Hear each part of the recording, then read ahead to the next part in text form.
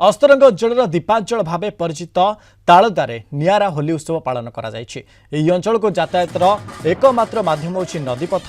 चलित वर्ष एठारे एक सेतु निर्माण सरिछि एवं लोके माने एही सेतु उपरे यातायात करिबार सौभाग्य लाभ करिसेंति। आ एही खुशी रे लोके माने एही सेतु उपरे प्रथम होली खेलिबा सहित खुशी मनाइछन्ते। किभଳି रहिछि एठारे चलिथिबा रंग खेल सेठार अधिक सूचना देउछन्ति आम काकटपुर प्रतिनिधि लोकनाथ स्वाई।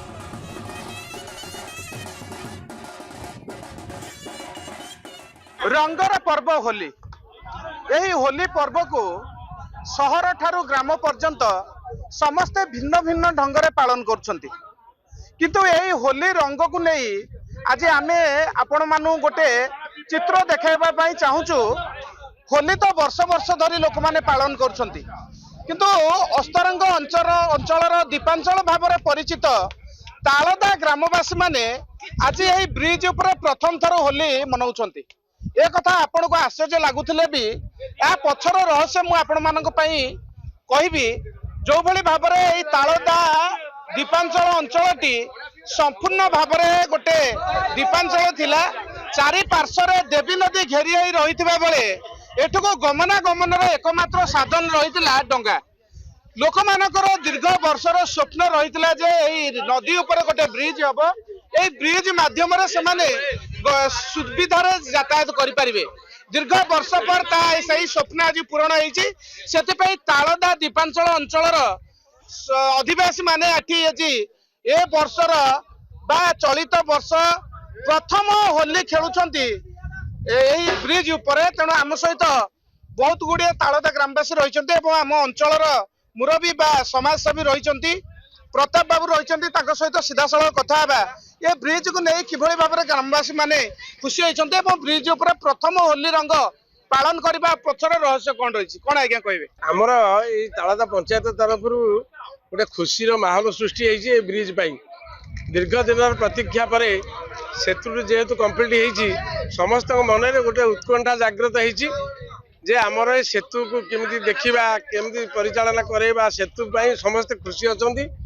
आम विशेषकर आम युवक बंधु माने बहुत प्रीत से ए वर्षर होली माहौल को पालन कर मुरबी मैंने अच्छा सब वयस्क अच्छा समस्ते आज बहुत खुशी यही होली पे मैंने आज बहुत खुशी अवस्था अच्छा भल भाव पालन कराऊँ। समस्ते स्वागत करुँ समस्त बंधु मान को ये होली माहौल पालन करूँ शांति श्रृंखला सहकार केमती परिचालन हो बोर अनुरोध रही। निश्चित भाव में शांति श्रृंखलार सहित यही तालदा ग्रामवासी माने प्रथम होली को पालन करछंती।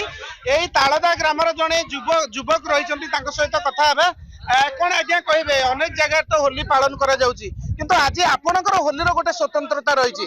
दीर्घ दिन स्वप्न पूरण होगा पर आज ग्रामवासी माने प्रथम थर होली खेलुछंती ब्रिज ऊपर कौन कहे? आम आज गोटे स्वप्न देखीचु। आम चिंता कर तालदा को गोटे ब्रिज हम एककोलिया हम बोली। आज आम तालदा तारा से दुईटी पंचायत दुईटी ब्रिज पाइछु जे कि आज आम एक विच्छिन्न अंचल नहीं आमर जे कि आम आज बहुत खुशी अच्छु जे ता उपलक्षे आज आम दोली को दोल पर्व होली पर्व को पूरा रंगारंग करूँ युवक मान डाकी आज यही ब्रिज उपर। निश्चित भाव में जो भाव में होली खेल होची पारंपरिक भाव में ये होली खेल जाऊँगी।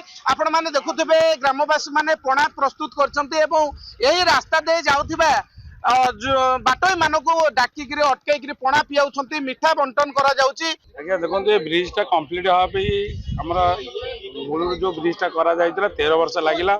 ये ब्रिज जो स्पान टा हमारा अधूरा होगी रहीतला आकु करा देला ये नुआ स्टाइल रे करा जाइछि ब्रिज टा जोटा 2 वर्ष भितर सरीछि।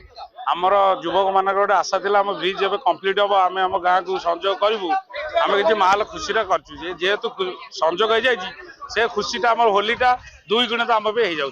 काकटपुर लोकनाथ स्वाई, कलिंग टीवी।